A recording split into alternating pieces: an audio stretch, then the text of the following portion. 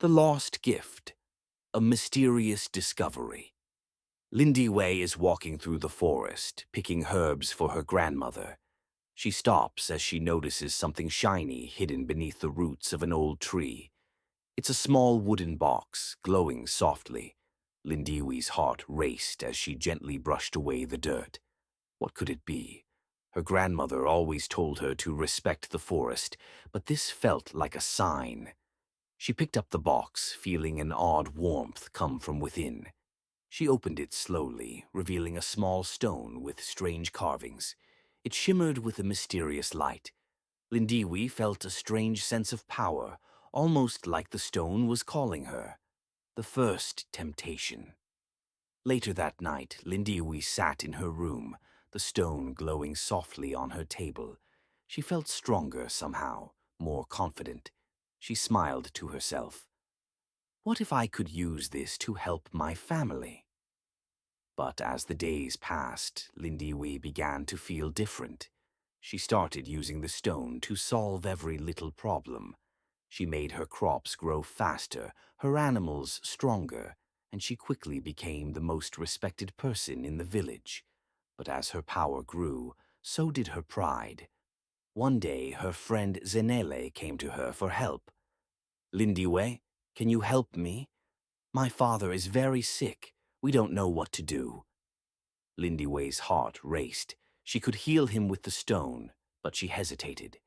Instead of helping, Lindiwe turned her back, whispering to herself, "If I use this gift for others, I might lose it. I need it for myself." Lindiwe sitting in a well-lit room, the stone glowing brightly on the table. Zanele standing outside the window, looking desperate, while Lindiwe looks away, conflicted. The consequences of selfishness. The days passed and Lindiwe's village began to change. While she grew more successful, others started to struggle. People began to notice that the crops were no longer as plentiful, and the animals seemed to grow weaker. One evening, the village elder, Gogo Zanele, called everyone together. "We need to talk about Lindiwe," Gogo said. "She's not the same. She was given a gift, but she is using it for herself, and it's hurting us all. Power given by the earth, by our ancestors, should always be used with love and responsibility." Lindiwe felt a cold knot in her stomach. For the first time, she saw the consequences of her actions. She remembered her grandmother's teachings.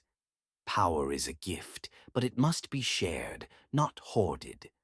A somber village gathering with Gogo Zanele standing at the front, Lindaiwe looking guilty in the crowd. A small group of villagers in the background talking among themselves, looking disappointed. The redemption. That night, Lindaiwe couldn't sleep. She thought about the gift and how it had changed her. She thought about Zanele's father, still sick, and how she could have helped him. Slowly she stood up, the stone in her hands. She made a decision. She walked through the village to Zanele's house. The air was cool and calm. Zanele's father lay on his bed, weak but still breathing. Lindiwi knelt beside him, holding the stone gently in her hands. "Please, let me help," she whispered. This time she didn't hesitate. The stone glowed brightly, but this time she didn't feel the usual power rushing to her. Instead, she felt warmth, as though the gift was finally meant for something good. Slowly, the sickness left Zenile's father. A quiet night, Lindiwe walking with the glowing stone in her hand, heading towards Zanele's house. Zanele's father in bed, weak but smiling as the light from the stone surrounds him. The lesson learned. The next day, the village was alive with hope again. Crops began to grow and animals were healthier. Lindiwe stood with her grandmother, who smiled at her.